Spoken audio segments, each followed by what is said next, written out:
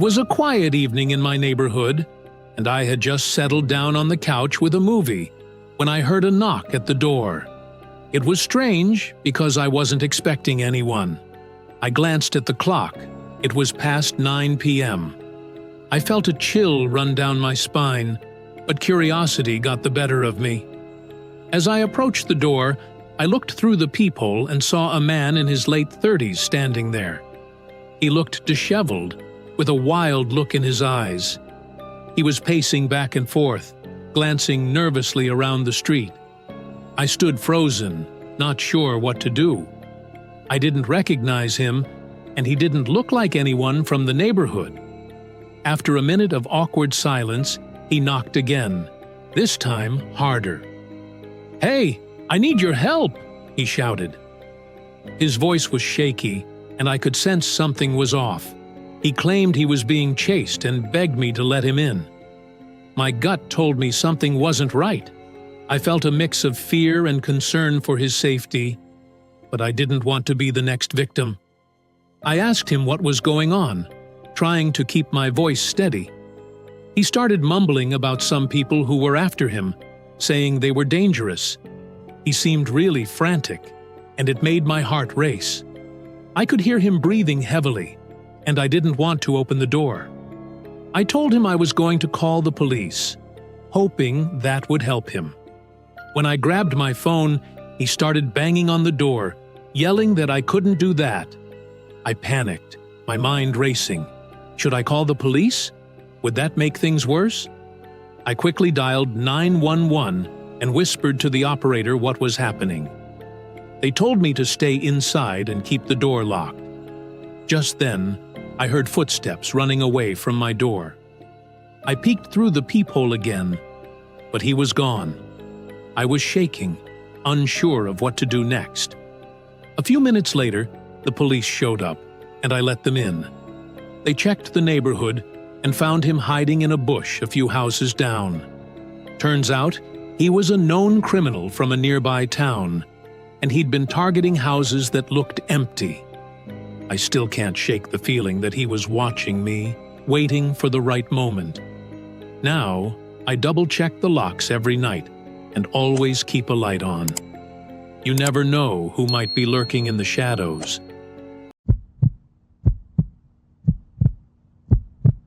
So, this happened a few months ago when I was out for a jog in my local park. It's a pretty regular place, you know? Families, kids playing, and a few other runners like me. I'd never really felt unsafe there, until that day. As I was running, I noticed this guy sitting on a bench. He looked to be in his late 30s, wearing a hoodie and sunglasses, which was kind of odd since it wasn't even sunny. I didn't think much of it at first, just figured he was another park regular. But every time I circled past him, I noticed he seemed to be watching me. It wasn't like a quick glance. He kept his eyes on me, his head turning just a bit as I jogged by. I tried to brush it off, thinking maybe he was waiting for someone or just zoning out. But with each lap, it felt more deliberate, like he was actually tracking me. By my third lap, I was getting uneasy. I decided it'd be best to wrap up and head toward the exit instead of going around again. On my last loop, as I approached where he was sitting, I noticed he wasn't on the bench anymore. That's when I spotted him up ahead, standing just off the path, and, worse, he was looking right at me. My heart started to pound, and I quickly decided to change my route to avoid him, veering toward the park exit. But then, out of the corner of my eye, I saw him start moving in my direction. I didn't want to freak out over nothing, but something in my gut told me this wasn't right. So I picked up my pace, trying not to make it obvious that I was practically jogging toward the exit now. As I neared the park entrance, I took a quick glance back. He had stopped, just standing there at the entrance, staring after me. I didn't stick around to figure out what he wanted. I kept walking until I was well out of sight, and then practically ran all the way home. I didn't go back to that park for weeks after that. It felt like a scene straight out of a horror movie. and even now, I still get chills thinking about it.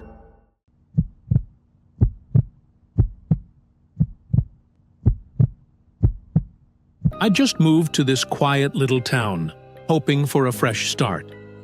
It was a small, peaceful neighborhood, the kind where everyone keeps to themselves. Across the street was this older guy, maybe in his 60s, who always seemed to be watching me. I didn't think much of it at first. Maybe he was just curious about the new guy on the block. But every time I looked out my window, there he was, either in his yard or by his window, just watching. One afternoon, I was out working on my lawn when he came over for the first time. He introduced himself as Jim, seemed friendly enough, but then his questions started getting a little too personal. He asked about my work, my schedule, even whether I lived alone. I told myself it was just small-town curiosity, but the whole conversation left me feeling uneasy. From then on, things only got weirder.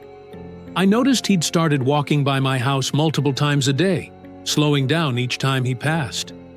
At first, I figured he was just being neighborly, but then one night, I caught him standing by my car, just staring at my house. I went outside and asked him what he was doing, and he just shrugged it off, saying he must have wandered too close without noticing.